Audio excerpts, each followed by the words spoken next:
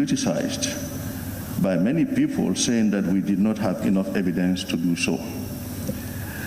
It, however, proved to be a good decision, as we can all tell by now. Some further drug samples were sent to Ghana for analysis. The preliminary results from Ghana indicated that out of the 9 samples sent, 1 paracetamol and 1 promethazine syrup were found to have contaminants. The paracetamol had diethylene glycol, and the promethazine had both ethylene glycol and diethylene glycol. Samples were found on non-compound. The paracetamol could not be further tested because the sample was said to be insufficient. However, confirmatory results could not be obtained from there. This was followed by the instructions in the pharmacies and warehouses. Further analysis of the samples in Switzerland indicated that 4 of the medications had high levels of ethylene glycol and diethylene glycol. These were Markov baby cough syrup, Magrib N cold syrup, Cofexmalin baby cough syrup, and promethazine oral solution. These were industrial chemicals that are actually toxic to the human being. They are also used in car antifreeze systems, and it's a gross violation of good manufacturing practice, that's GMP, imported to the Gambia by Atlantic Pharmaceutical Company.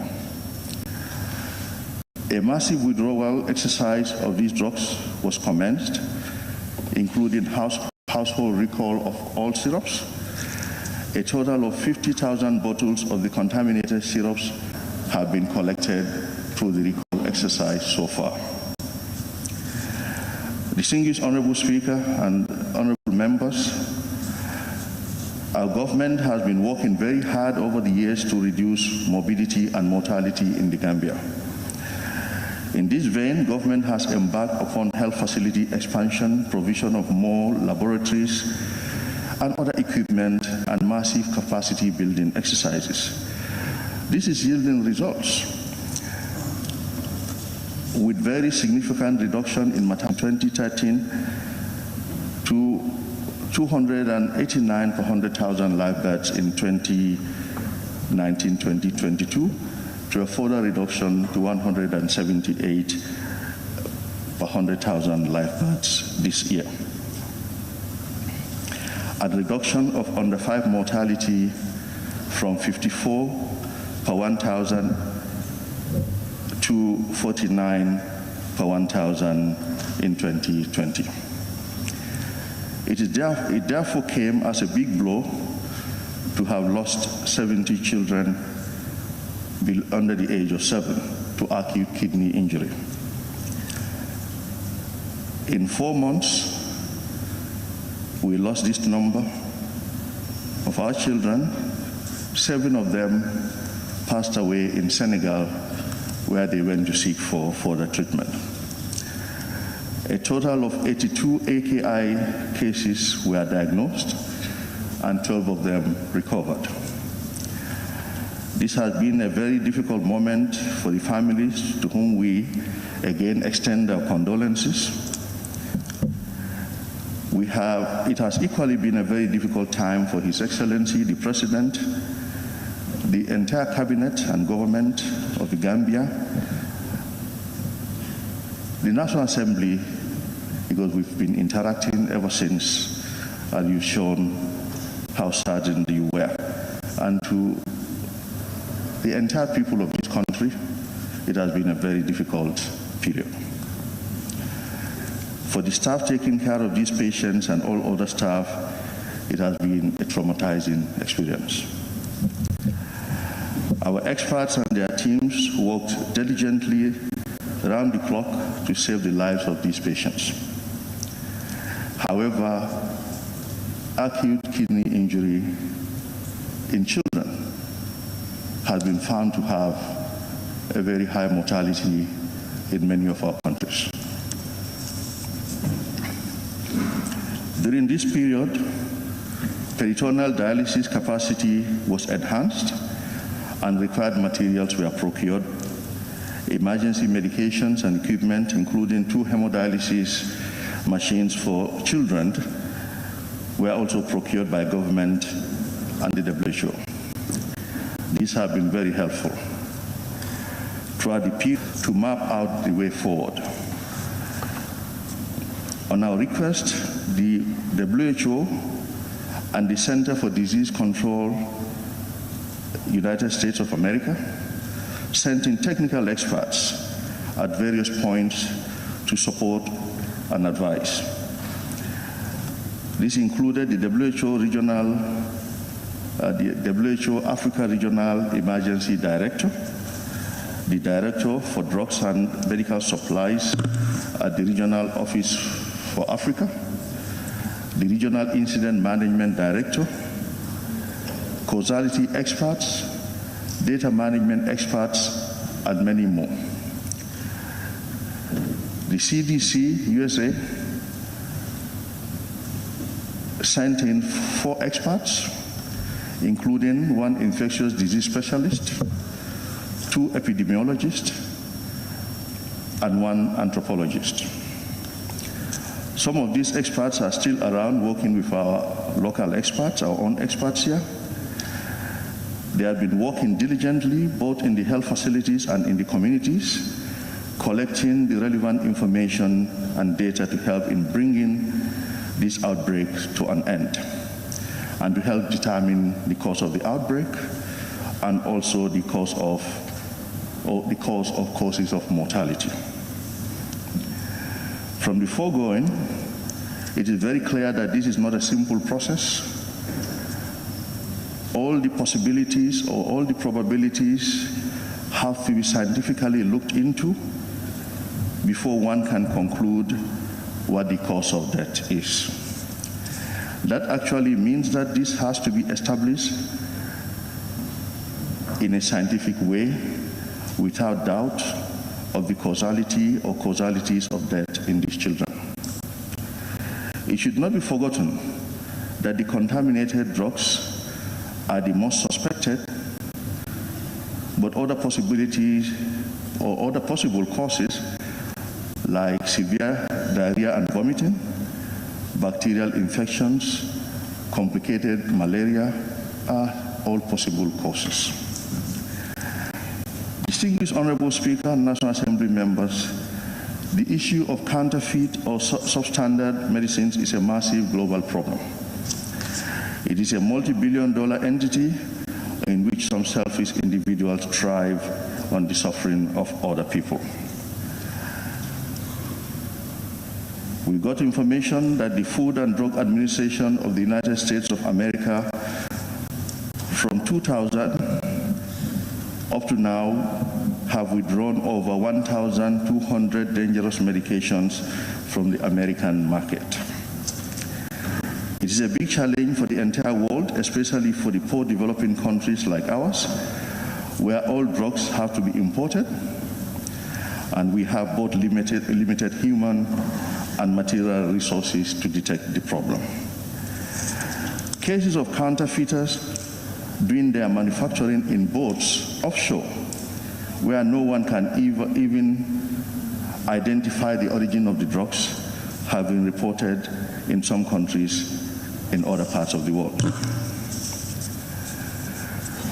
Upon announcing the issue of the acute kidney injury that is in the Gambia, the alert of countries around the world was increased, and this has led to the discovery of a similar phenomenon in Indonesia, where 208 cases of AKI were so far detected with a mortality of 133.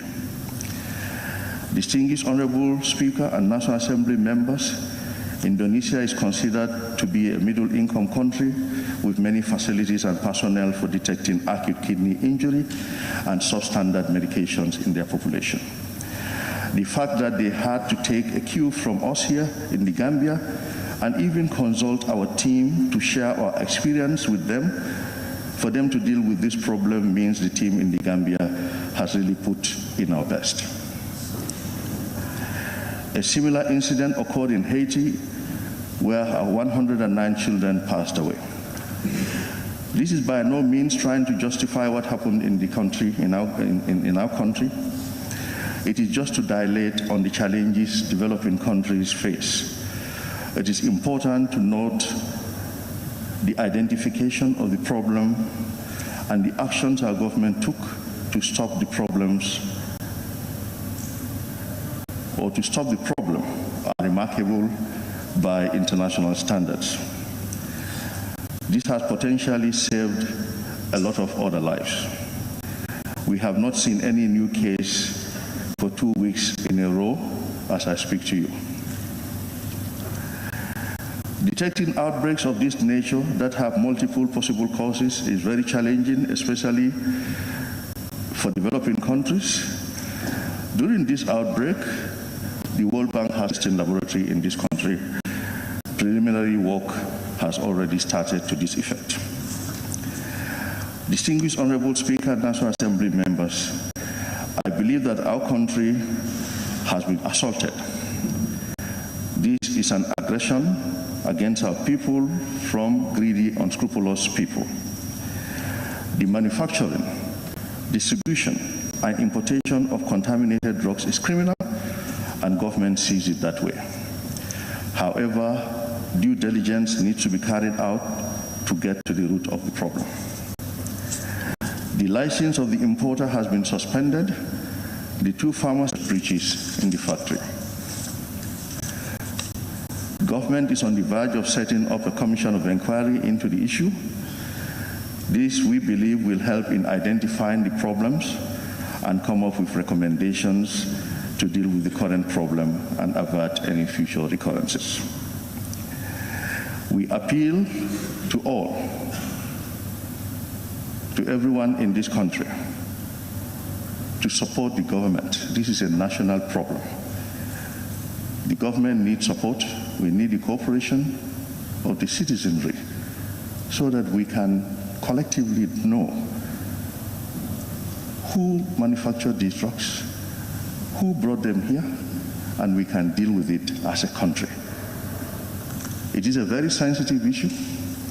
If we deal with it in a divided manner, weaknesses will show in our efforts, and people could capitalize on that. And I think it's sensitive that we need to collectively work on it as a nation, not as different groups.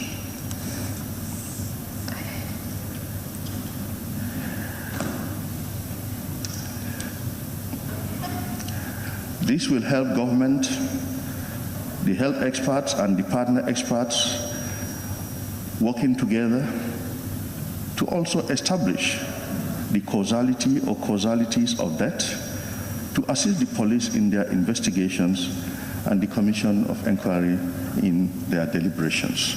With this, inshallah, we'll get to the root of this, and I thank you very much for your kind attention.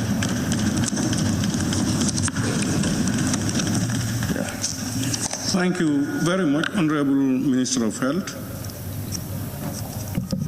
for a very informative brief to honorable members. Honorable members, I now call upon the mover of the motion to respond to the issues and wind up the debate. Honorable Member for Bikama North and Minority Leader.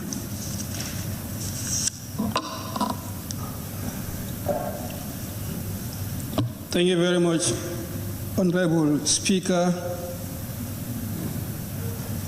Honorable Speaker, as earlier on expressed when I was laying the motion, I thank your office once more